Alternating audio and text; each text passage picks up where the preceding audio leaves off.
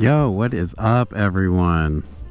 Hope everyone's doing well. So I've had this bike for a month now, and so I'm gonna give a little bit of a review, then we can go on a little ride around. So this is the 2023 Honda XR150L. It's a 150cc bike. Pretty lovely, nifty bike. It's got a carburetor, so you gotta fiddle around with the choke. If you don't know how to do that, it's something you're gonna have to learn. A lot of bare bones accessories here. Speedometer, you have a gear indicator, but it only shows you when you're in neutral. Outside of that, it's not gonna show you much. You got blinkers.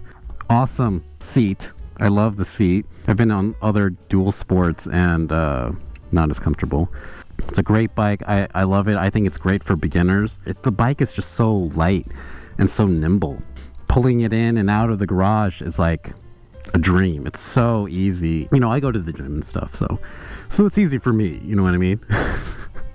Stupid.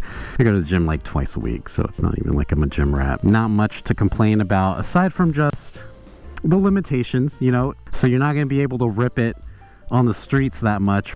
I do wish it was a little bit faster.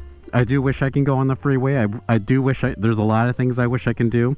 There is a part of me that wants to upgrade, even though I love this bike, but you know, there's a lot of limitations to it. Again, it's a 150cc bike. And yeah, as much as I love this bike, I have been toying with the idea of possibly upgrading, maybe getting a Cfmoto 450 SS. I've been seeing a lot of people loving that bike. It looks and sounds amazing. It has all the bells and whistles, you know, just the interconnectivity with your phone,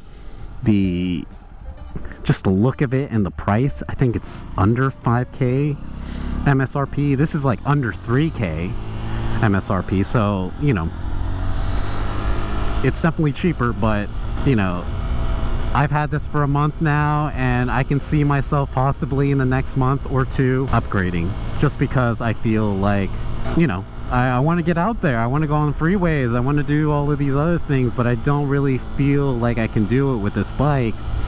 I can't really do it with this bike. And so we'll see. So I'm really in like a pickle right now, because I just got this bike. It was new, around $3,500 out the door. A Cybertruck. Oh shit. Let me go look at this. See anybody around me? Damn, brother. Things looks like it's ready for war, man. Yeah, the Cfmoto 450 SS looks like a really fun bike. I do not regret my purchase at all, but with that said, I do feel like I'm not ready to move on. I almost feel like I want to keep both bikes. One just to like cruise around, and then one like if I want to go further and, you know, go on the freeway and go somewhere outside of the city. Had it for a month. I think it's great to learn on. I think if you're just getting into motorcycles, you should get a bike like this. When I was at the dealership, you know, they were trying to sell me on 500cc bikes, and you know, I have a girlfriend, and she's like, dude, don't get anything fast. Like, you know, we just bought a house and everything, and it's like, dude, I don't need you dying because you wanted to get a 500cc bike. If anybody else is in that little situation, you know how it is. You know, I'm falling into that trap. You know, you get the smaller bike, and you're like, you know what, this is a reasonable purchase. This is a reasonable thing to get. I'm not a speed demon. I'm not any of this. But then cut a month later, I'm like, maybe I am a speed demon. Maybe I do want to go fast. Guys, I'm not saying I want to go really fast, but I do feel like I wish I could have a little bit more range and power. All right, what do you guys think? You guys think I should stick with the XR150L, or, you know, possibly get the Cfmoto 450 SS or the Yamaha MT-07, or maybe there's another bike you might want me to get? Let me know in the comments. We'll see what the people think. I really do. You can ask my girlfriend. I have been looking at motorcycles. Try lane split? No. I'm not brave enough for that yet. I do love that it's a Honda though. I mean, there's something about the Cfmoto. I kind of feel like Honda is such a well-known name, and like if something happened on my bike, there's a Honda dealer nearby, and there's parts available, I'm sure, not only at the dealership but also online. And Cfmoto, I don't know. I mean, I honestly don't know much about them. I probably should, you know, read up more on them. But man, those bikes look sick, dude. Bikes look sick. But also there's the Kawasaki Ninja 400. A lot of people have those, and it's like, well, maybe one of those. But yeah, this is really nice. Like on these nice streets like this. Beautiful. Just awesome.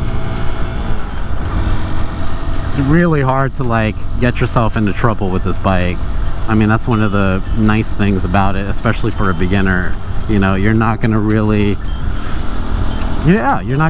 hurt yourself really. Even if you pin the throttle, you're not gonna go light speed or anything. You might go 50, you might go 60, you know, fifth gear, you might. But yeah, I do like this bike a lot though.